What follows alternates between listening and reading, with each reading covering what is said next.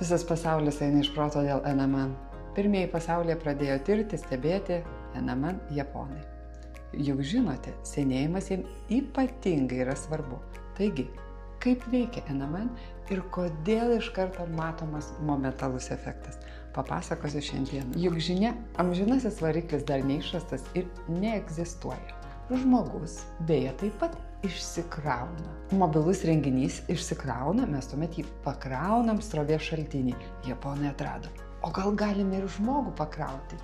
Ir atrado. NMN žmogų įkrauna, ląstelę perkrauna kaip telefono kroviklis. Dėl to NMN padelių poveikis yra momentalus.